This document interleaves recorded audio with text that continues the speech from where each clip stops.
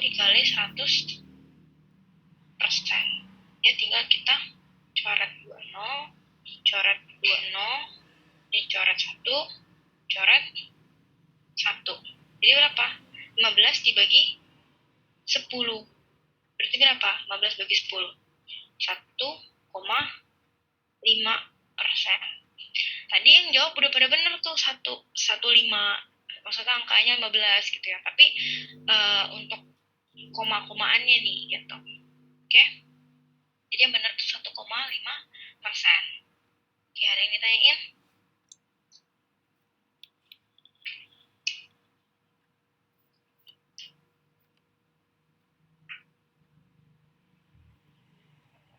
Ada yang tanyain nggak? Nggak ada, Kak. Oke. Lanjut ya. Tadi kan kita ngitung dinamika penduduk secara kualitas, kuantitas, terus juga pertumbuhan penduduk. Nah ini masih di demografi juga. Masih tentang demografi. Jadi yang demografi tadi judulnya warna biru ya, pasti. Selanjutnya ada yang namanya komposisi penduduk. Yang namanya komposisi itu apa sih? Komposisi itu kan kalau misalnya di bahan-bahan, misalnya satu minuman itu ada beberapa komposisinya gitu kan, dijadiin satu. Gitu. Jadi kalau komposisi penduduk, berarti ada beberapa penduduk gitu ya, dengan usia, dengan jenis kelamin yang berbeda, jadiin satu, terbentuklah komposisi gitu, kesatuan. Jadi komposisi ini bisa kita bilang sebagai pengelompokan penduduk gitu. Penduduk berdasarkan kriteria tertentu gitu kan. Tadi aku bilang kriteria misalnya dari usianya, dari jenis kelamin, dari jenis pekerjaannya, kayak gitu-gitu. Jadi komposisi penduduk itu kayak gini. Nah, komposisi penduduk itu ada komponen-komponen yang di dalamnya. Yang pertama, ada komponen piramida penduduk. Mungkin udah pernah dengar atau pernah lihat ya, piramida penduduk. Nah, piramida penduduk itu ada 3. Kira-kira ada yang tahu nggak apa aja? Ada 3 nih piramida penduduk.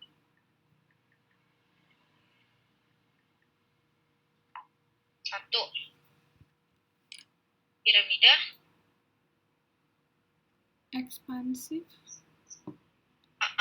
kerucut atau ekspansif, betul. Nah, piramida kerucut atau ekspansif ini piramida yang kayak gimana? Oke, bentuknya dulu ya. Bentuknya itu kan dia bilang kerucut kan. Berarti kalau kerucut kayak gini.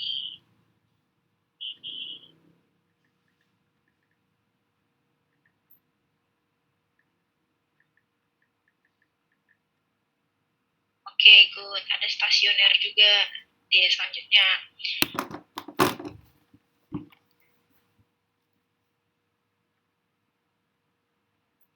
Nah, kira-kira seperti ini ya. Ini mungkin aku agak berjarak gitu ya.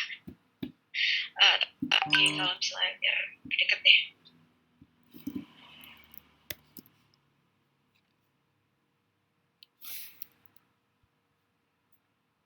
Nah, ini kan kayak bentuk inilah ya, kerucut gitu.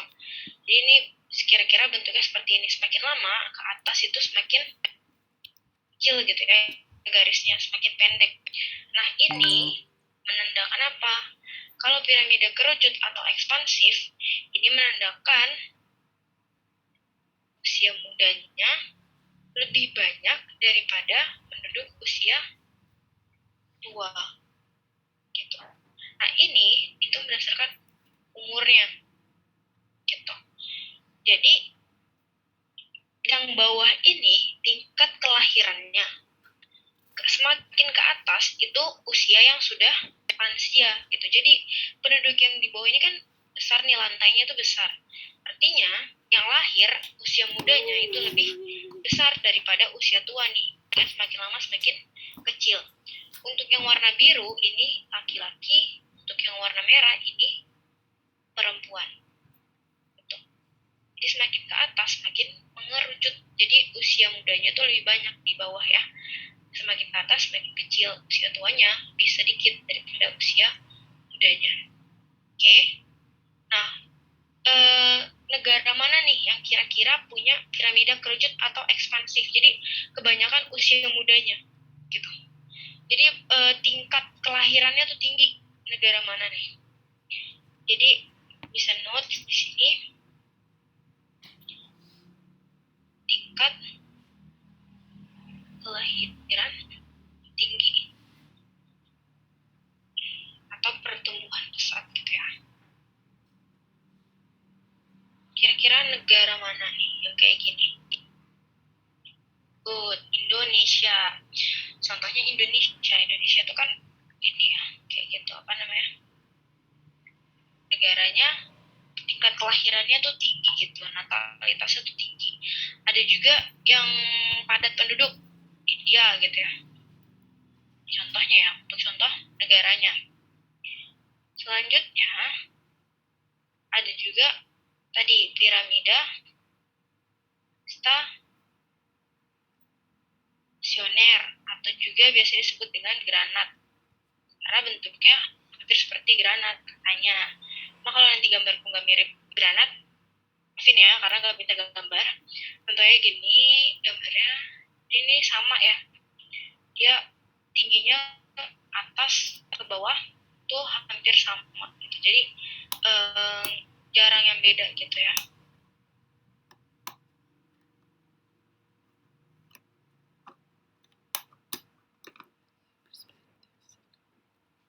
Jadi intinya kayak gini, sama. Berarti penduduk yang kelahirannya kan di bawah di lantainya. Semakin ke atas penduduknya usianya semakin tua. Nah jumlahnya kalau ini kan lebih besar nih. Berarti kalau ini gimana? Sama dengan ya, tetap ya ini LK, ini PR. Jadi usia muda sama dengan usia tua. Nah, contohnya negara yang kayak gini. Jadi penduduknya tetap negara apa nih kira-kira yang penduduknya tuh stabil? Biasanya sih negara-negara maju gitu ya. Nah, good. Biasanya negara-negara maju gitu. Contohnya misalnya Inggris. Atau juga kalau di Asia, Brunei. Brunei Darussalam. Brunei Darussalam. Gak bisa disingkat ya, lupa. Brunei gitu lah ya. Brunei. Oke, jadi contohnya itu ya, Inggris, Brunei. Jadi dia penduduknya rata-rata tetap usianya seimbang, yang lahir sama yang penduduk usia tuanya. Gitu.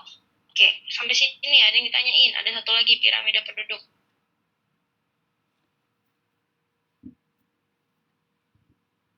Oke.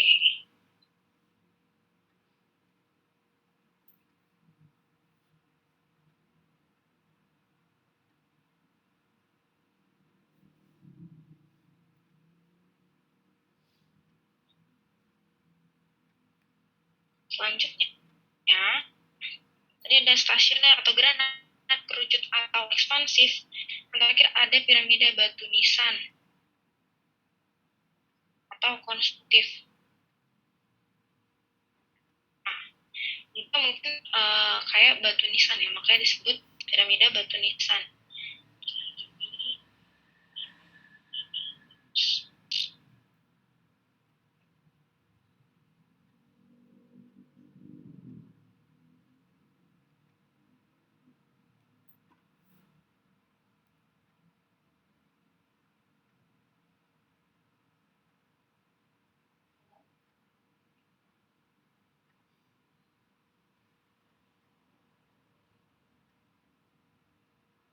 Kira-kira kayak gini ya. Jadi yang tengah itu akan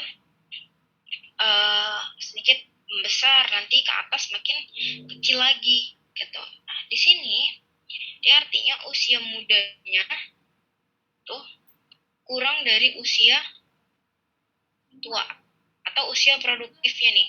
Jadi di sini ini kan sempat membesar nih. Jadi usia mudanya ini yang bawah kurang dari usia tuanya, gitu ya. Ya, seperti ini.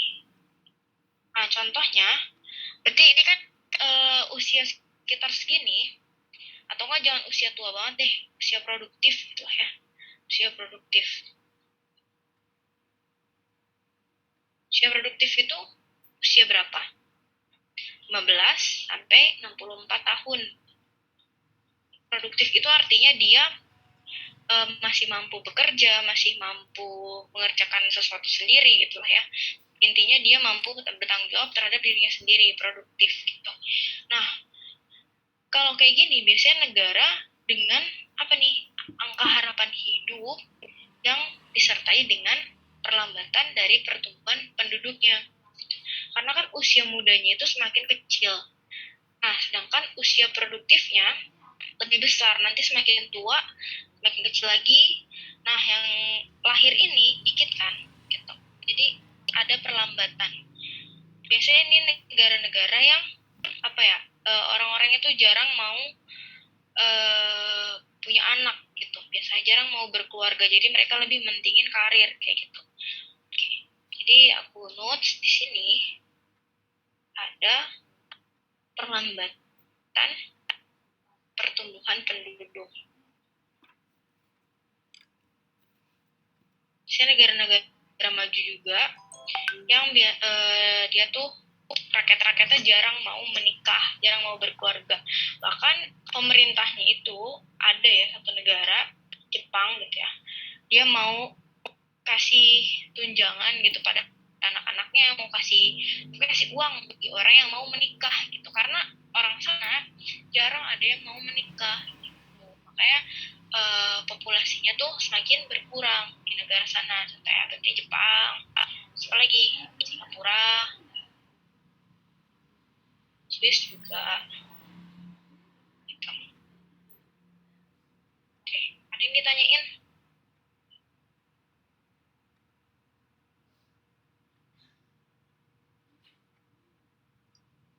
Kalau nggak ada gitu ya, nanti sedikit ada tambahan dikit ya waktunya, soal tadi kan aku keluar nanti aku bikin slide juga ya, demografi. Astaga, aku bikin slide banyak atau yang lupa. Oke. Selanjutnya ada kepadatan penduduk. Nah, kepadatan penduduk ini juga hitung-hitungan, tapi gampang, tinggal dibagi-bagi doang kayak tadi. Kepadatan penduduk itu dapat dihitung dengan 3 cara. Yang pertama, secara kasar. Gitu. Kalau secara kasar, kita sebut KPK ya, kepadatan penduduk kasar. Tinggal jumlah penduduk dibagi sama luas wilayahnya. Gampang ya? Ya, untuk ngitung kepadatan gitu kan, seberapa padat satu kota, seberapa padat suatu tempat, ya udah tinggal ada berapa penduduk di dalam tempat itu dibagi sama luas wilayahnya. Ini gampang ya, tinggal pakai logika bisa. Ini kilometer persegi ya, dalam satuan kilometer persegi. Yang pertama, kasar, secara kasar ya udah secara gini aja, nggak ada spesifikasinya lagi. Jadi tinggal hitung jumlah penduduk dibagi luas wilayahnya. Yang kedua, ada secara fisiologi.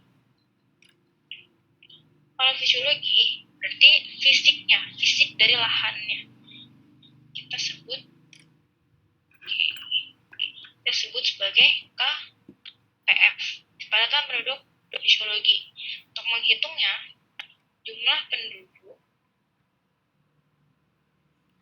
bagi sama luas lahan. Nah, di sini ada spesifikasi. Luas lahan apa? Luas lahan pertanian. Jadi khusus untuk pertanian. Nggak ada yang lain, nggak bisa diganti luas lahan pertambangan, nggak bisa. Pokoknya pertanian aja. Gitu ya. Masih sama, satuannya kilometer persegi. Ini untuk KPF. Yang ketiga, ada kepadatan penduduk yang dihitung berdasarkan keagrarisan. KPA. Kalau KPA, dia kan tadi kalau tadi tuh jumlah penduduk dibagi gitu kan. Kalau ini karena agraris, kita mau cari agraris. Agraris itu apa? Agraris itu bidang yang berkaitan dengan pertanian gitu kan. Jadi kita hitung ya bukan jumlah penduduk lagi, tapi jumlah petani per luas lahan pertanian.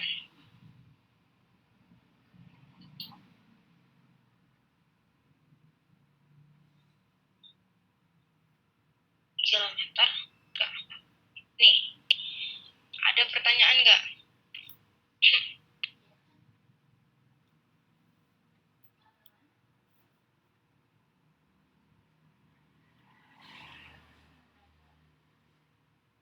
Oke, nggak ada pertanyaan nih. Kalau nggak ada pertanyaan, hitung-hitung bentar ya.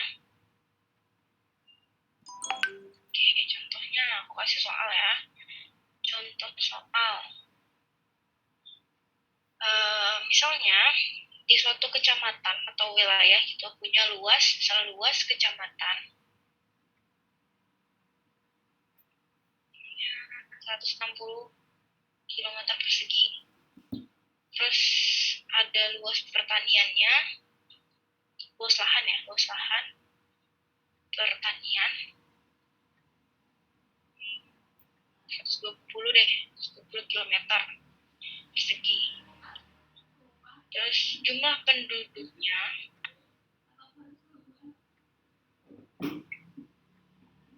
12.000 ya. 12.000. Terus udah ini aja deh. Berarti yang dicari itu apa aja nih? Dari keterangan ini dapat berapa nih? Dapat rata penduduk apa aja? Coba dihitung. Aku nggak kasih tahu ya. Pokoknya ada 2 aja. Tapi yang mana? Gitu.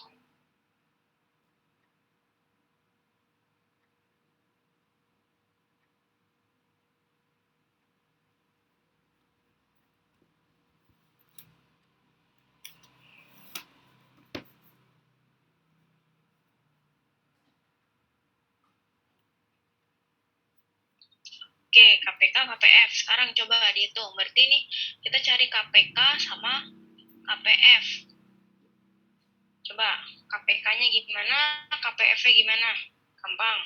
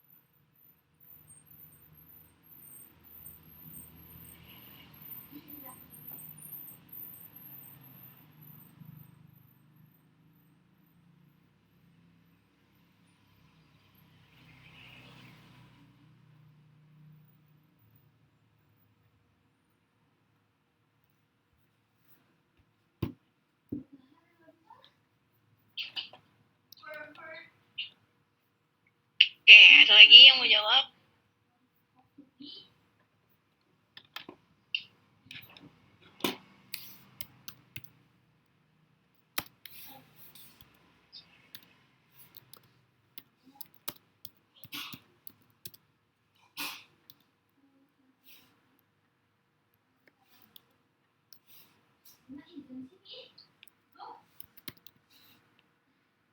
Oke, jangan takut-takut. Gimana nih? Nur, Salsa? Oke. Satu lagi.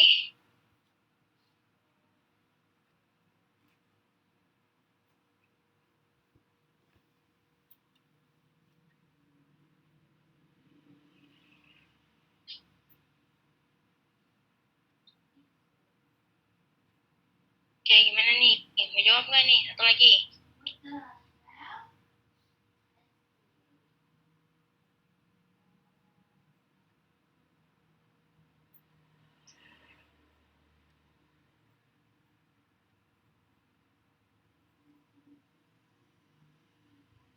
Oke, bentar ya, tunggu sebentar.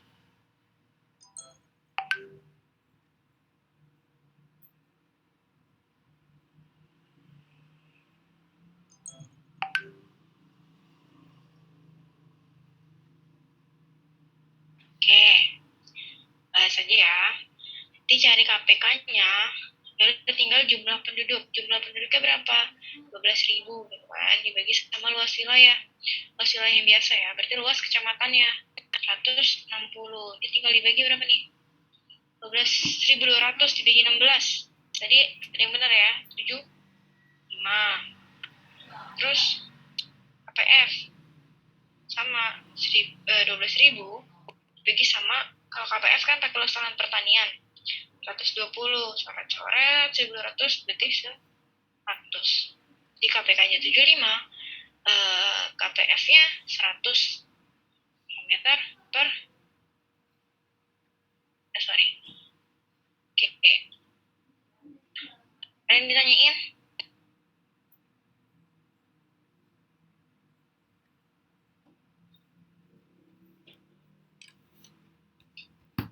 Oke, kalau nggak ada lanjut ya. Jadi di sini aku mau bahas tentang mobilitas. Sebelumnya ada yang tahu nggak mobilitas? Mobilitas. Apa nih? Ini ada gambar orang ingat pergi gitu.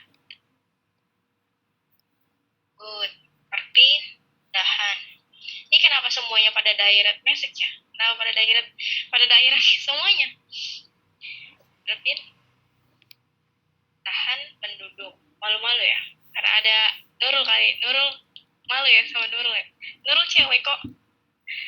Perpindahan penduduk dari suatu daerah gitu ya ke daerah lain gitu. Mobilitas itu perpindahan penduduk. Nah, mobilitas dibagi jadi dua, ada mobilitas permanen, ada mobilitas non permanen. Artinya kalau permanen gimana? Menetap dalam jangka waktu yang lama gitu kan. Nah, permanen, untuk yang mobilitas permanen itu ada lagi, dibagi lagi untuk mobilitas permanen internal dan mobilitas permanen eksternal. Kalau yang internal berarti di dalam negeri gitu kan. Dalam negeri ada apa aja? Ada urbanisasi, ada ruralisasi, ada transmigrasi. Nah, ini biasanya suka keliru nih. Ruralisasi biasanya pada nggak tahu, tapi taunya transmigrasi. Transmigrasi orang-orang pada bilang kalau misalnya itu perpindahan dari mana? Dari kota desa gitu kan. Transmigrasi dulu SD mungkin diajarannya gitu ya. Perpindahan dari kota ke desa itu adalah transmigrasi. Padahal itu berbeda gitu ya. Ruralisasi itu sebenarnya itu tadi pengertian tadi gitu. Pertama, urbanisasi itu perpindahan dari mana? Dari desa ke ruralisasi, kebalikannya kota ke desa. Rural itu desa ya. Nah, kalau transmigrasi itu bukan desa, nggak ada kaitannya gitu ya. Kalau transmigrasi itu dari wilayah padat ke wilayah lengang. Lengang tuh sepi penduduk gitu ya. Misalnya daerah transmigrasi itu biasanya Kalimantan, pulau-pulau yang sepi gitu, yang masih jarang ada penduduknya. Biasanya dipindahin ke situ. Misalnya orang-orang Jakarta gitu ya, biar nggak penuh di Jakarta, dipindahin lah ke Kalimantan gitu. Jadi transmigrasi itu perpindahan satu penduduk dari wilayah padat ke wilayah lengang. Jadi apa ya? Bukan tipe ya. Apa sih namanya? Ya pokoknya tipenya umum gitu ya, umum gitu. Oke. Nah, kalau yang eksternal berarti luar negeri. Gampang aja, tadi pertumbuhan penduduk, ada emigrasi sama imigrasi. Ada satu lagi namanya remigrasi. Nah, kalau emigrasi itu apa? Exit gitu ya, keluar negeri. Kalau imigrasi berarti masuk ke dalam negeri. Kalau remigrasi ini dipulangkan gitu ya. Atau jangan dipulangkan deh, pulang.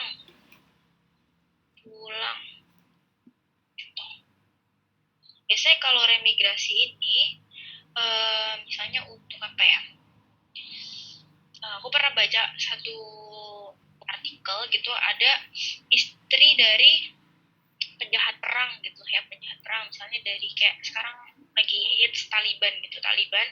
Nah, jadi istri-istri orang Taliban ini bukan Taliban, sorry, kok dari Taliban, maksudnya penjahat perang itu gitu ya, itu dipulangkan ke negara asalnya gitu. Nah, itu namanya remigrasi gitu, jadi pulang istilahnya gitu. Oke, selanjutnya ada tadi non permanen. Kalau non permanen dia dibagi jadi dua. Pertama ada komutasi, kedua ada yang namanya sirkulasi. Nah, orang yang melakukan komutasi disebut sebagai komuter. Orang yang melakukan sirkulasi disebut sebagai seorang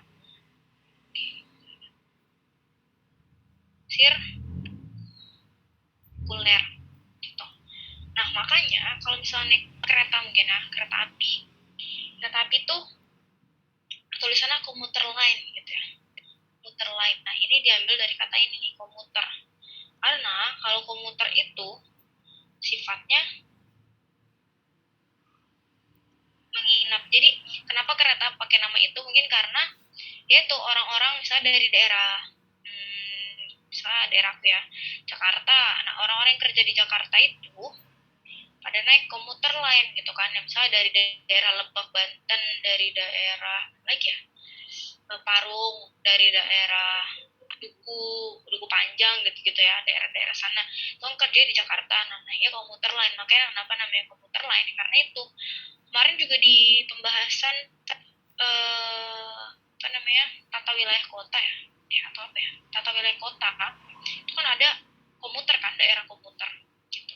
Jadi daerah komuter itu daerah para zona penglaju gitu ya, orang-orang yang misalnya siang di rumahnya, pagi di rumahnya, tidur di rumahnya, terus nanti malam di sana.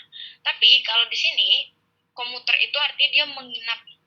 Menginap maksudnya ya udah, misalnya rumahku di Lebak Banten, terus aku ke Jakarta itu buat ngadirin pernikahan temanku misalnya, terus aku nginep di sana, terus tapi besok aku udah pulang gitu, karena aku nginep. Aku disebut sebagai komuter, aku melakukan yang namanya komutasi. Jadi intinya kalau komuter aku menginap gitu, menginap di sana, menetap sementara, menginap ya. Terus ada juga sirkuler. Kalau sirkuler ini dia PP gitu ya, pulang pergi. Jadi kayak kerja aja gitu. Kamu kan nanti malam pulang gitu kan, berangkat kerja, nanti pulang malam pulang. Nah, itu namanya sirkuler. Kamu sebagai sirkuler, kamu melakukan namanya sirkulasi gitu. Kalau misalnya ngekos, misalnya aku nanti misalnya ngekos gitu, aku apa tuh, aku komutasi di situ jatuhnya, menginap gitu ya, bukan urbanisasi, bukan ruralisasi, karena nanti kan aku akan pulang, nggak permanen di sana gitu. Jadi aku jatuhnya seorang komuter. Oke, ada pertanyaan untuk mobilitas?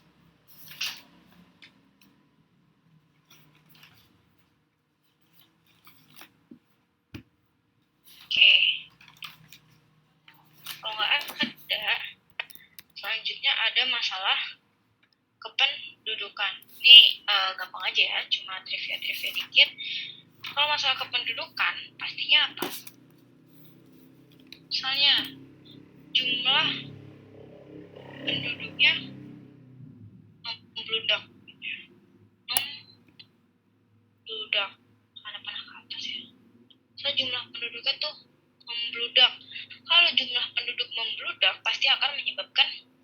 masalah gitu kan. Misalnya kualitas dari kesehatan gitu ya, fasilitas kesehatannya kurang memadai karena kan kebanyakan penduduk gitu ya, kurang memadai. Terus apa lagi? Beban ketergantungannya tuh tinggi.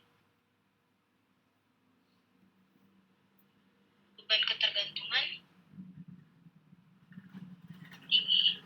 Nanti kita coba hitung ya, tadi kelewat sedikit beban ketergantungan. Terus apa lagi nih? Kira-kira ada yang tahu nggak masalah kependudukan apa lagi yang akan terjadi? Kemiskinan, apa lagi? Kejahatan, ya, banyak ya. Masalah penyakit gitu juga banyak ya, tadi fasilitas kesehatan. Ya, intinya kalau masalah pendidikan gini. Nah, untuk solusinya kira-kira apa nih? Solusi untuk mengatasi masalah kependudukan kira-kira. Kalau ini deh, kualitas fasilitas kesehatan kurang memadai gitu ya. Berarti dengan pembangunan infrastruktur apa aja gitu ya. Infrastruktur tadi kesehatan, infrastruktur jalan gitu-gitu ya. Terus adanya pengaturan kelahiran, perkawinan gitu ya. Diatur lah biar nggak membludak. Terus ada juga redistribusi. Nah, redistribusi ini apa nih? Jadi redistribusi itu artinya udah sama kayak menekan angka kelahiran atau juga tadi dengan melakukan mobilitas gitu ya. Kayak gitu. Oke.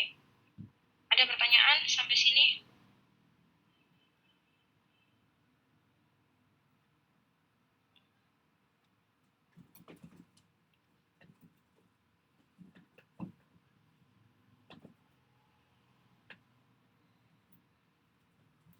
Oke, kalau nggak ada, bentar lagi ya.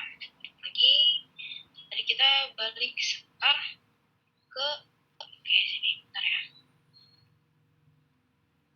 Ini tadi aku ketinggalan di piramida penduduk ya. Sebenarnya bukan piramida penduduk, masuknya ke komposisi. Penduduk. Tadi kan pertama ada piramida penduduk gitu kan, komponennya. Aku lupa. Ada komponen seks rasio. Ini ngitung-ngitung juga, tapi gampang. Jadi seks rasio itu udah rasio itu perbandingan dari jenis kelamin gitu kan, seks rasio. Perbandingan dari jenis kelamin laki-laki dan perempuan. Cara ngitungnya SR, seks rasio, sama dengan jenis kelamin laki-laki, jumlah penduduk laki-laki gitu ya, per jumlah penduduk perempuan. Perempuan selalu di bawah. Karena kenapa? Karena pernah dengar kan, kalau misalnya perempuan itu jumlahnya lebih banyak daripada laki-laki gitu. Makanya perempuan kenapa di bawah? Karena ini dikali sama 100 gitu. Udah gini doang gitu. Nah, nanti misalnya dapat angka 150 misalnya. Artinya gitu ya. Kalau dapat angka gini, artinya ada 150 laki-laki per 100 perempuan. Nah, ini udah angka pasti ya, 100 ini. Jadi misalnya dapatnya 250, berarti ada 250 laki-laki per 100 perempuan. Ini udah pasti ya, 100 ini. Gitu. Jadi kita ngitungnya si laki-lakinya. Intinya seperti itu. Ini untuk seks rasio. Oke. Selanjutnya, terakhir, tadi aku sempat bilang di masalah kependudukan akan beban ketergantungan atau dependensi rasio. Ini beban ketergantungan. Beban ketergantungan itu artinya kalau ketergantungan, kamu misalnya masih ketergantungan sama ibu kamu, bapak kamu, artinya apa? Kamu belum bisa menghidupi, belum bisa mandiri akan diri kamu sendiri, makanya masih bergantung sama orang tua gitu. Nah, jadi untuk menghitung beban ketergantungan ini DR gitu ya, diferensi rasio ini dengan jumlah penduduk belum produktif ditambah penduduk non produktif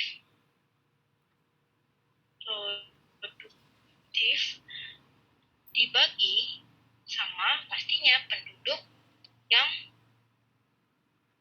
produktif. Nah, ini namanya beban ketergantungan rasio kali sama 100%. Kalau ini 100% ya, kalau ini 100 saja. Kalau ini 100% dikali 100%. Gitu.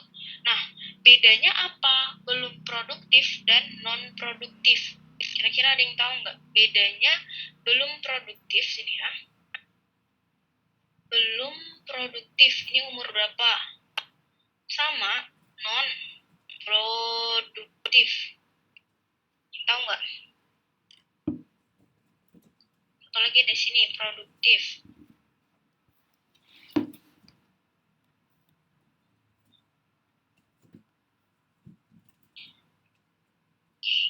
Jadi kalau belum kayak ada yang jawab, good, benar. Berarti kalau benar belum produktif itu berarti 0 sampai 15 tahun. Di bawah berarti 14 lah ya. 14 tahun. Ini adalah orang yang belum produktif. Jadi misalnya masih anak-anak, masih baru lahir, itu kan belum produktif. Non produktif. Untuk non produktif berarti dia pernah produktif tapi udah nggak lagi. Berarti gimana? Lansia gitu ya. Nah, ini dihitungnya ada yang bilang 64 gitu ya. Lebih dari 64 berarti sekitar 65 tahunan. Ada yang bilang lebih dari 64, ada juga yang bilang lebih dari 65 gitu. Tapi aku pakai yang lebih dari 64 aja. Ya, karena produktif itu 15 sampai 64 tahun. Gitu ya. Jadi usia produktif itu 15 sampai 64 tahun. Gitu. Yang non produktif yang lebih dari 64 tahun. Yang belum produktif 0 sampai 14 tahun. Oke, sampai sini ada yang ditanyain?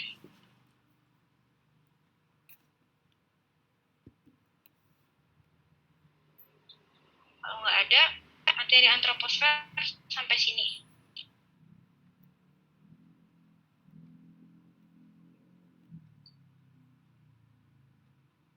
Oke, kalau misalnya nggak ada yang mau ditanyain, oke, silakan boleh leave.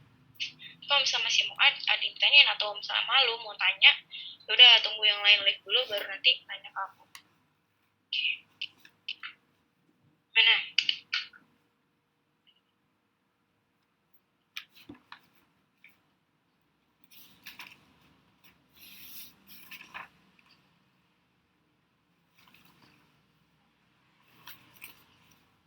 Ini diem-diem aja.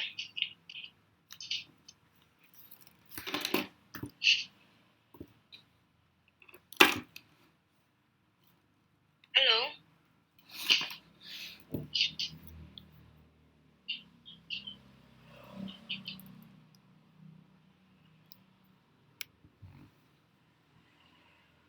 Oh, aku pakainya ini nih, kemarin lulus negeri.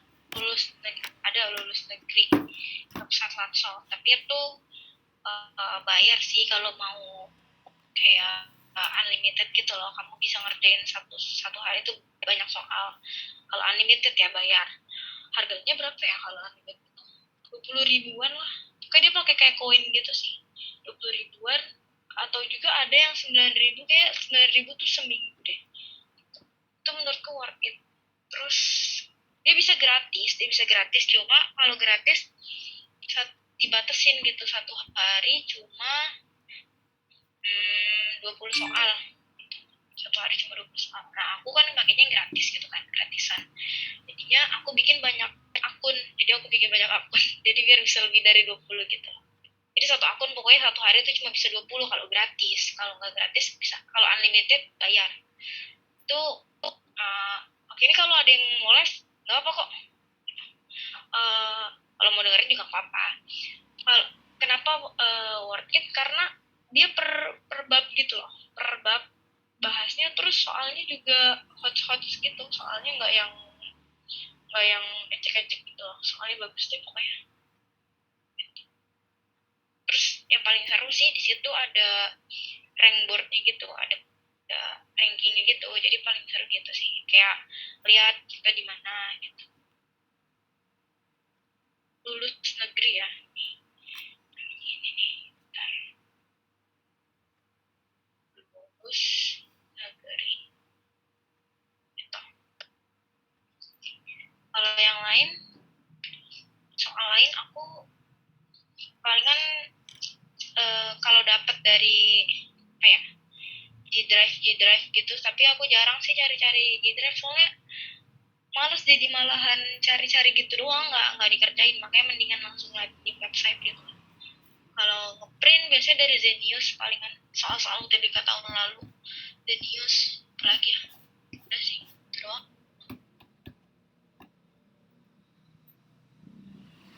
Lagi enggak. Oke, iya. Zenius free nggak ya?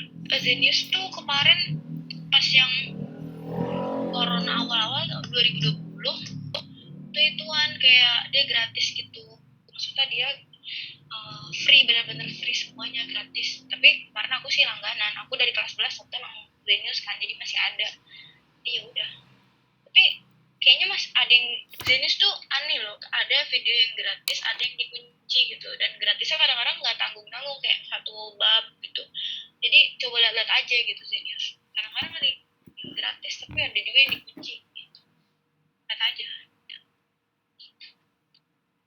Kalau download soalnya Zenius gratis, kalau download soal doang mah di print gitu gratis.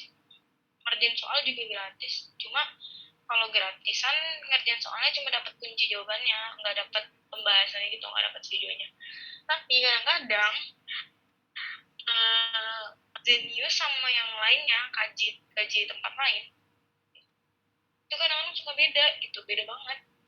Kadang-kadang orang Zenius sama yang kaji tempat lain juga beda gitu. Jadi kadang suka bingung mau percaya yang mana gitu. Tapi bagus sih Zenius semua. Oke, ada lagi nggak? Ini mau kasih tahu juga, kalau misalnya mau belajar PK Latsol, aku PK dari ini, apa namanya, kitab numerik. Nah, aku belajar PK dari sini doang nih, dari kitab numerik. Soalnya dari tempat lain YouTube juga sih, tapi nggak sering, maksudnya aku nggak lihat yang lain. Soalnya aku dari kitab numerik. Nah, kitab numerik itu ada berapa bab ya, 20 bab kan lah, jadi tebel, jangan tebel-tebel banget sih, pokoknya biasa aja, 20 bab. Nah, aku selalu kerjain misalnya satu hari satu bab, itu pakai kitab numerik. Jadi kenapa aku saranin kitab numerik, soalnya dia per bab itu kayak basic dulu loh, basic skillnya. Misalnya satu aljabar misalnya, terus yang kedua apa, jadi nanti nyambung terus, dan kita jadi kebiasa gitu, karena di bab sebelum